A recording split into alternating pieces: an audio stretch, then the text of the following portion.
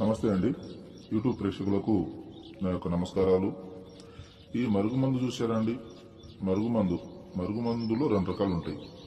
మనకు ఒకటి వచ్చేసి తినే తాగే దాంట్లో పెట్టేది, అంటే అది కడుపుకు పెట్టేది అనమాట.